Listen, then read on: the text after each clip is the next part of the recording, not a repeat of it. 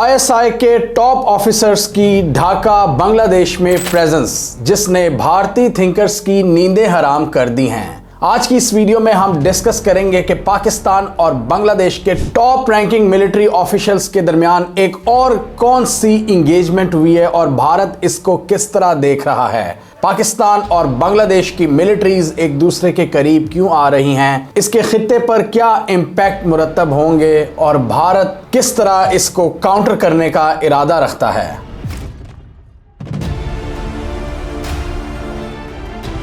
भारत का एक प्रोमिनेंट जरीदा है हिंदुस्तान टाइम्स। उन्होंने इस चीज को कवर किया है कि आईएसआई के कुछ टॉप ऑफिशियल्स ढाका का विजिट कर रहे हैं। इस न्यूज़ को हिंदुस्तान टाइम्स के अलावा बाकी इंडियन जरीदों ने भी बड़ा बढ़ चढ़कर कवर किया है और ऐसे लग रहा है कि भारत में तो सफ़े मातम बिछ गया है। एक कोहराम बपा हो गया है कि आईएसआई की प्रेजेंस बांग्लादेश में। क्या ये सितम कम था कि लास्ट वीक बांग्लादेश मिलिट्री के principal staff officer Kamrul Hasan ने पाकिस्तान के आर्मी चीफ और chairman joint chief of staff से मुलाकातें की थी और दूसरे टॉप रैंकिंग मिलिट्री ऑफिशियल से, और उसके बाद आईएसआई के इस डेलीगेशन का ढाका का विजिट।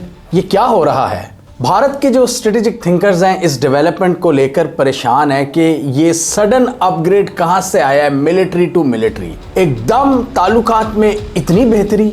इसकी डिटेल्स वो कुछ इस तरह बताते हैं कि मेजर जनरल शाहिद आमिर अफसर, ये आईएसआई के डायरेक्टर जनरल ऑफ एनालिसिस हैं, जिन्होंने बीजिंग में पाकिस्तान के डिफेंस अटैचे के तौर पर भी सर्व किया हुआ है। यानी एक मैसिव एक्सपीरियंस है, ना सिर्फ मिलिट्री और डिप्लोमेटिक भी। आईएसआई डेलीगेशन का ये ढाका विजिट 4 दिन का बताया जा रहा है और भारतीय जरीदों को पढ़कर ऐसा महसूस होता है कि वहां पर उनका कोई एजेंट है जो इनको ये सारी इंफॉर्मेशन प्रोवाइड कर रहा है कंडीशन ऑफ एनोनिमिटी की बेस पर, कि मेरा नाम सामने ना आए। यानी बांग्लादेश मिलिट्री के अंदर अभी भी रॉ के जासूस हैं। इससे पहले हमने देखा था कि बांग्लादेश आर्मी का जो टॉप रैंकिंग डेलीगेशन पाकिस्तान आया था, उन्होंने यहाँ पर 5 दिन गुजारे थे। आर्मी चीफ के साथ साथ chairman joint chief of staff, इसके अलावा नेवी और एयरफोर्स के चीफ से भी मुलाकातें हुई थी और उनको इम्पोर्टेंट एरियाज का विजिट करवाया गया था। और आपको याद होगा हमने इस वीडियो में डिस्कस किया था कि उसकी जो स्टेटमेंट जारी हुई थी वो किस किस्म की थी, कि 2 भाई हैं जिन्होंने मिलकर खित्ते में चैलेंजेस का मुकाबला करना है, एक्सटर्नल डिस्ट्रप्शंस को साइड पर रखकर, यानी एक्सटर्नल प्रेशर्स। भारत की तरफ इशारा था, हमने मिलकर काम करना है और खित्ते के जो सिक्योरिटी चैलेंजेस हैं उन पर काबू पाना है, ना सिर्फ साउथ एशिया में बल्कि beyond the south Asian region. उस विजिट के इख्तिताम के सिर्फ 3 दिन बाद यानी 13 से 18 तक बांग्लादेश के आर्मी ऑफिसर्स पाकिस्तान में मौजूद थे। 21 जनवरी को क्या होता है कि रावलपिंडी से एक सीक्रेट फ्लाइट जाती है ढाका में और वो वहां पर लैंड करती है, जिसमें आईएसआई के कुछ टॉप रैंकिंग ऑफिशियल्स मौजूद हैं। बांग्लादेश की जो directorate general of forces intelligence DGFI है, उन्होंने आईएसआई के इस डेलीगेशन को रिसीव किया है जब वो ढाका पहुंचे। इस रिपोर्ट में मेंशन है कि पाकिस्तानियों की ये फ्लाइट एमिरेट्स एयरलाइन पर आई वाया दुबई और भारत के जो जासूस बांग्लादेश आर्मी के अंदर से ये इंफॉर्मेशन लीक कर रहे हैं, उनके मुताबिक उनमें से एक ऑफिसर का नाम बड़ा सिमिलर था आईएसआई के जो करंट चीफ हैं लेफ्टिनेंट जनरल आसिम मलिक से। यानी ये खदशा जाहिर किया जा रहा है कि पाकिस्तान आईएसआई की जो चीफ हैं वो भी इस डेलीगेशन का हिस्सा थे और बांग्लादेश की DGFI ने उनको रिसीव किया है। रिपोर्ट्स ये सजेस्ट करती हैं कि बांग्लादेश में इससे पहले आईएसआई की एक स्ट्रॉन्ग प्रेजेंस देखी गई थी आज से 15 साल पहले, जब 2009 में पाकिस्तान की आईएसआई ने बांग्लादेश में एक वफ्द भेजा था उनकी इंटेलिजेंस एजेंसीज की मदद करने के लिए कि किस तरह एक रिवोल्ट को मैनेज करना है। बांग्लादेश राइफल्स नामी एक इदारा है बांग्लादेश के अंदर और वहां एक खलबली मच गई थी, एक रिवोल्ट जन्म ले रहा था जिसको मैनेज करने के लिए आईएसआई का एक वफ्द गया था।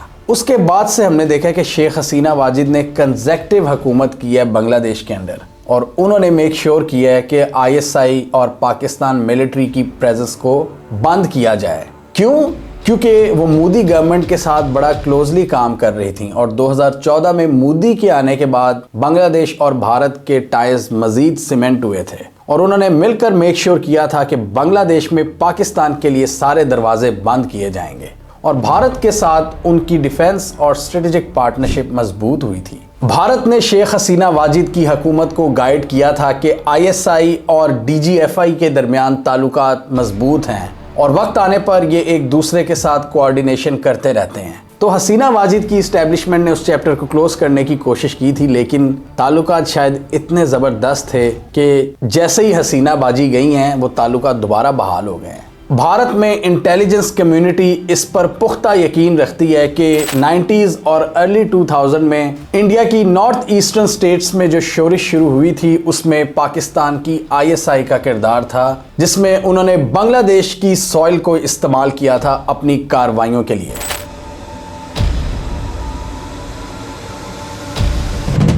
ISI का ये वफ्द बांग्लादेश में उनकी मिलिट्री इस्टेब्लिशमेंट्स को विजिट करेगा और उस डेलीगेशन को बांग्लादेश मिलिट्री की कैपेबिलिटीज़ और प्रिपेयर्डनेस के हवाले से आगाह किया जाएगा, क्योंकि ISPR की स्टेटमेंट कह चुकी है कि दोनों ब्रादर ममालिक की मिलिट्रीज डिफेंस कोऑपरेशन को बढ़ाएंगी और डिफेंस कोऑपरेशन बढ़ाने के लिए ज़रूरी होता है कि आपको एक दूसरे का आइडिया भी हो। जिस तरह उनका वफ्द आया है, अब हमारे वफ्द भी जाएंगे। इससे पहले भी हमने जिक्र किया था कि पाकिस्तान की तरफ से भी एक टॉप मिलिट्री डेलीगेशन जाएगा chairman joint chief of staff की सरबराही में, और वो वहां पर डिफरेंट ट्रेनिंग प्रोग्राम्स को एग्जीक्यूट करेंगे। बांग्लादेश आर्मी के ऑफिसर्स को ट्रेनिंग देंगे, एक दूसरे के साथ अपना एक्सपीरियंस शेयर करेंगे और डिफेंस कैपेबिलिटीज को शेयर करेंगे, यानी मिलिट्री टू मिलिट्री कोऑर्डिनेशन को इंक्रीज करेंगे। ये उसी सिलसिले की एक कड़ी है। इसके अलावा फरवरी के महीने में पाकिस्तान में नेवी की अमन एक्सरसाइजेज होने जा रही हैं, जिसमें दुनिया की टॉप नेवीज शिरकत करेंगी।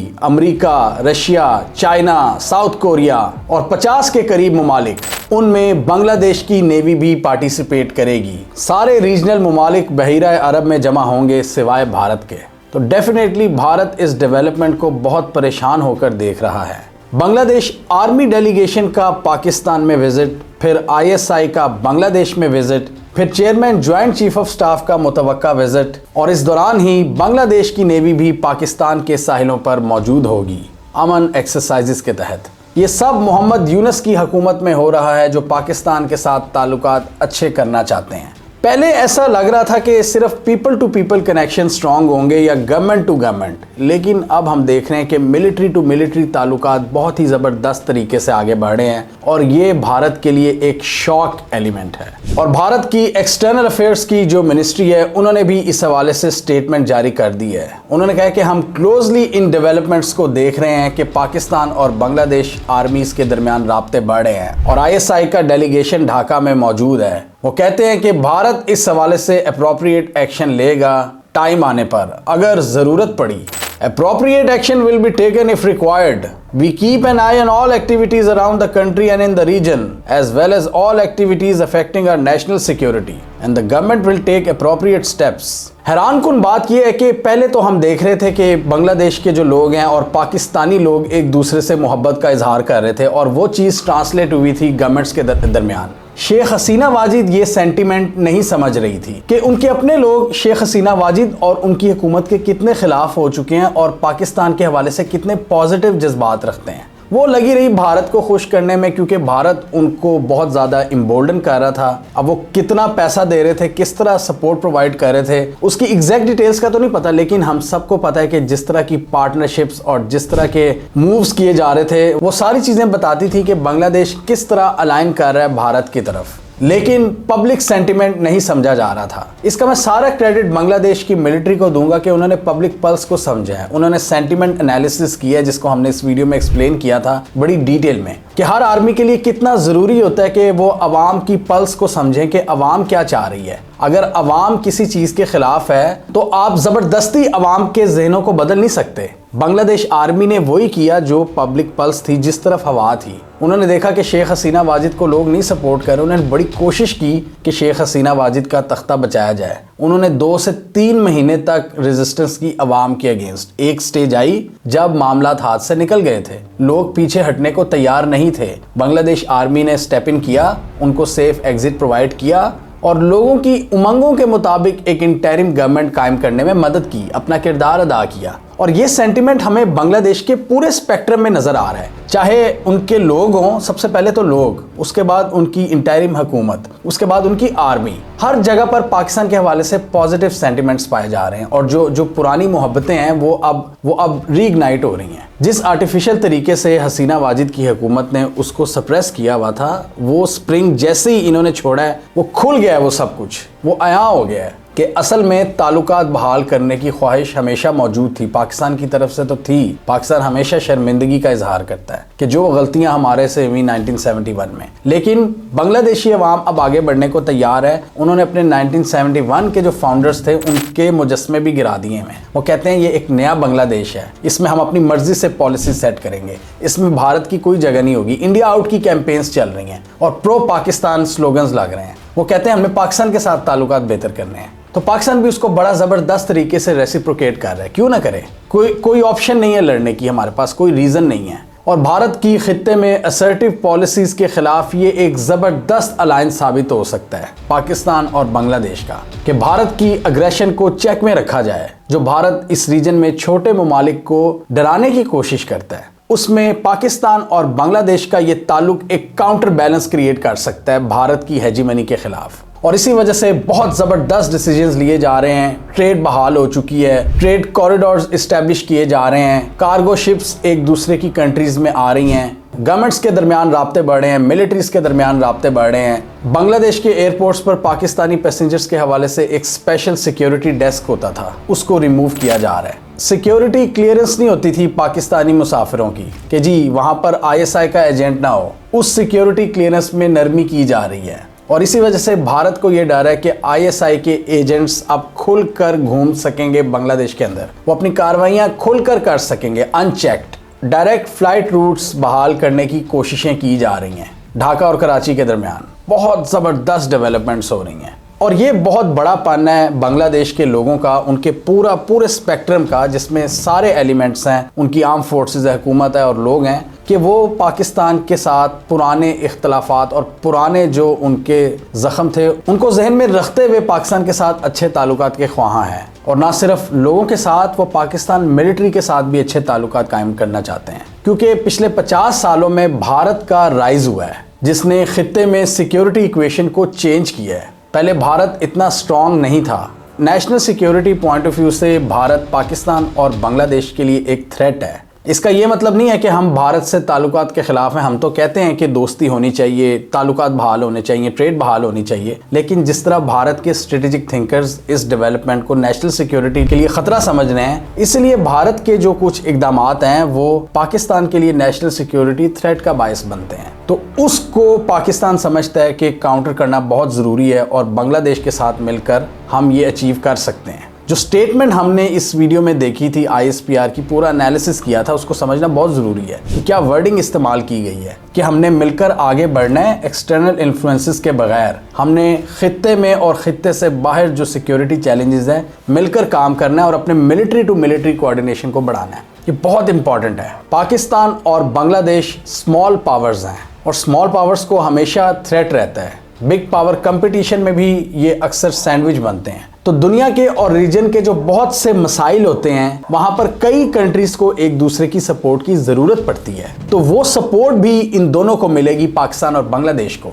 और मैं चाहता हूं कि दोनों ममालिक के दरमियान people to people connection normalize हो जाएं। नॉर्मलाइज वैसे तो हैं, लेकिन उसकी अमली शक्ल भी हमें नजर आए, हम आसानी से ढाका जा सकें, ढाका वाले कराची, लाहौर, इस्लामाबाद आ सकें, हम भी बे ऑफ बंगाल का विजिट करें, हम बांग्लादेश के दरियाओं को विजिट करें, वहाँ की मछलियाँ खाएं। इस चीज़ पर भी हुकूमतों को फोकस करना चाहिए कि जल्द अज जल्द पीपल टू पीपल कनेक्शंस और कल्चरल एक्सचेंजेस को बहाल करें। मैं देख रहा हूँ आजकल पाकिस्तान के जो टॉप आर्टिस्ट हैं, सिंगर्स वगैरह, वो जा रहे हैं बांग्लादेश के अंदर, ढाका में कॉन्सर्ट्स वगैरह हो रहे हैं। अभी जब मैं ये वीडियो बना रहा हूँ तो इस वक्त काविश का कॉन्सर्ट हो रहा है बांग्लादेश के अंदर। इस तरह की चीज़ों से ताल्लुकात बहाल होंगे। आज से 15 साल पहले एक स्टूडियो में गाना आया था काविश का, निंदिया रे, उसको बांग्लादेश के एक अंडरग्राउंड सिंगर थे पृथ्वीराज, आई थिंक वो इस दुनिया में अब नहीं रहे, वो मेरे फेसबुक फ्रेंड थे और उन्होंने बड़ा ज़बरदस्त तरीके से उस गाने को कवर किया था और आज भी मैं वो कवर सुनता हूँ उनका।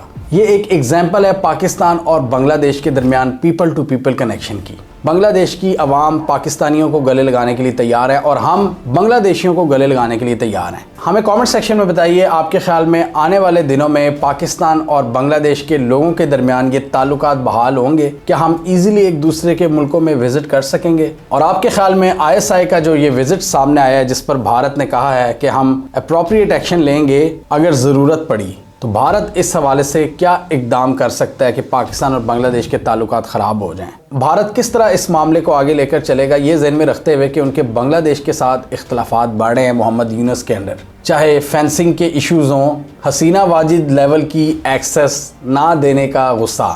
आप बताएं भारत क्या करेगा इस पूरे माहौल में? कमेंट कीजिए। इसके अलावा हमारा यूट्यूब चैनल सब्सक्राइब कर लें और साथ ही वो बेल आइकॉन भी दबा लें ताकि वो स्टोरीज दुनिया भर से पाकिस्तान से जिनकी मेन स्ट्रीम मीडिया पर प्रॉपर कवरेज नहीं होती, हमारे प्लेटफॉर्म के थ्रू आप तक टाइम पर पहुंच जाएं।